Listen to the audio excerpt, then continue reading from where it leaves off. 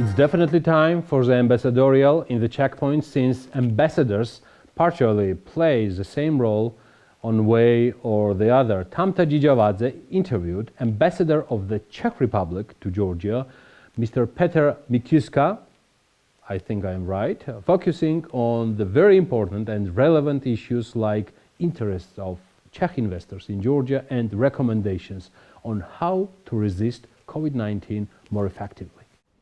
Also, Georgi, it will be very interesting to hear what the Czech ambassador has to say on the green status of Georgia, since yesterday, and our viewers can go to bm.g for the news in English to see that Germany has added whole Georgia, and not any specific region, but the whole Georgia, to the coronavirus risk list. Well, we'll find out more, and we'll find out just in a moment. Here is an interview with His Excellency Petr Mikyska. How do you think how Georgia is handling this crisis in terms of both health and also economy?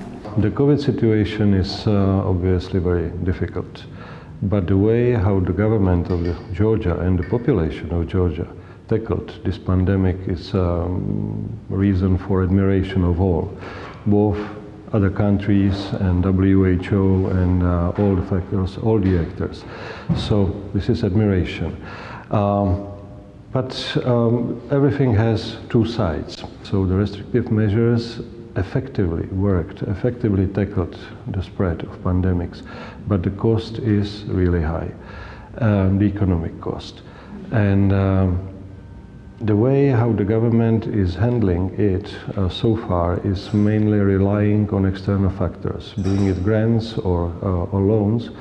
And it can be potentially dangerous in the future, because we have to see how sustainable it is, what the development of the pandemic will be, how long it will be, and how the external world will react also, and what opportunities and also responsibilities it will bring.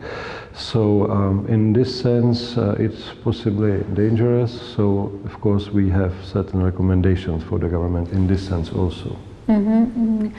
Could you please tell us some recommendations? Well, it's to spend wisely those means coming from abroad, being it both loans and grants. To spend it on key factors, key sectors, rather speaking, and to invest it in the future development, not just in daily operations. So, do you think that our country is still green country, where with whom other countries should open their borders? Well, the situation is changing, if not every day, so every week. And formerly green countries are right now, like Czechia, for example. We were long-time champions in European Union, and now we are, if not the worst, so the second worst country in European Union. And so it changes. But Georgia is stable. Georgia is green. Georgia is eligible for, if not all, so majority countries. And in the terms of the other movement of foreigners to Georgia, this is a very delicate question. Because, well, any influx of foreign citizens to Georgia means a quite high risk for the population. And again, it's an enormous task for the government to balance the economic income, the economic opportunities that foreign citizens bring to Georgia, and the risk those citizens potentially can bring to Georgian population. I think that the Georgian government is balancing and assessing the situation quite well. So I hope that it will continue, and that both the government and the population will understand this. So how do you think, what are those main sectors that are interesting for Czech investors in Georgia? We already mentioned the energy sector, which is the main one, of course. Then the transportation sector. Well, we are participating in many tenders. We are participating in the Tbilisi underground reconstruction, modernization. We are participating in tenders for public transport, etc., etc. Škoda cars are seen on the streets of Tbilisi and other cities. We have Well, in terms of energy sector, it's very, very interesting that the major oil extraction company in Georgia is Czech. It's a daughter company of Czech Moravian oil wells company, and it's operating with its daughter company KBOC, Kura Basin Operation Corporation, here in Georgia, as well as construction. Construction is a sector where Czech company Kopos is participating with their materials, and the tourism. The tourism, as I said, well, the project is in the pipeline, it's under development, but there are more projects, you know, not so big, smaller, small hotels or apartments construction for tourists. So this is one of, well, those are main sectors for our cooperation. How would you assess Georgian business environment from 10 points? Let's say that 10 is the maximum. This is a very difficult question. Yeah, I know. First of all, one should be polite to the country. Second, one should be reasonable and objective. Third, the situation is changing with the external factors like COVID also, and internal factors like election period, for example.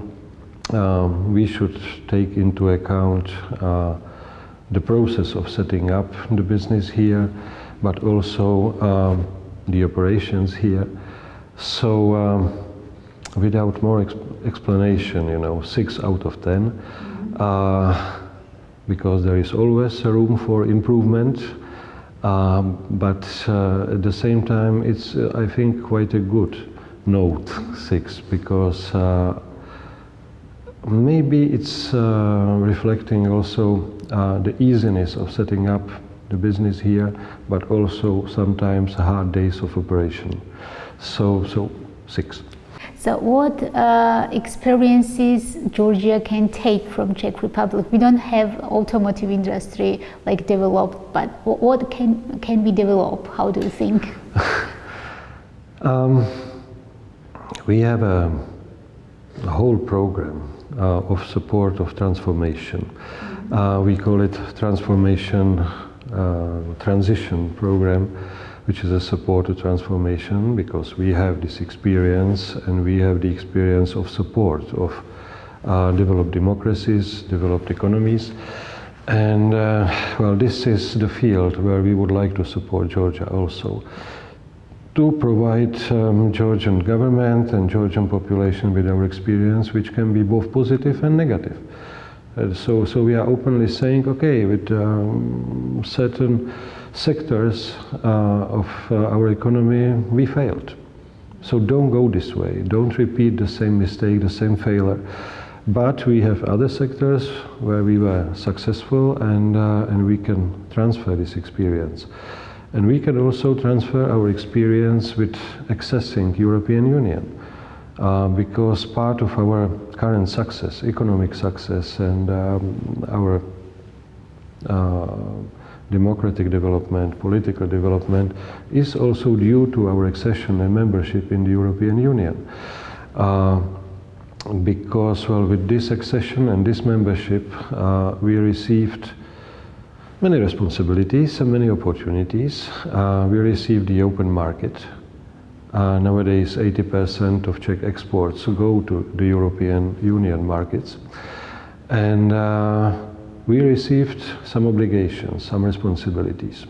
And those responsibilities are mainly in the institutional setup and the regulation.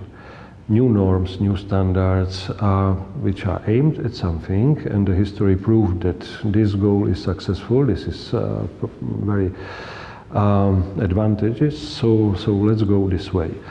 And we have this experience. We can provide the information, provide our experience to the government with setting up technical norms and standards, for example, with how working with European funds also, which is very important. You have to know how to ask for the money to support, to be supported in your development.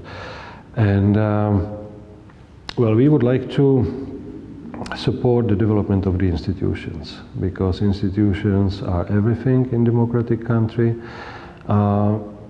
It makes the country less vulnerable and less affected by political turmoils, changes of the government, because if you have a strong institution, the country runs on its own.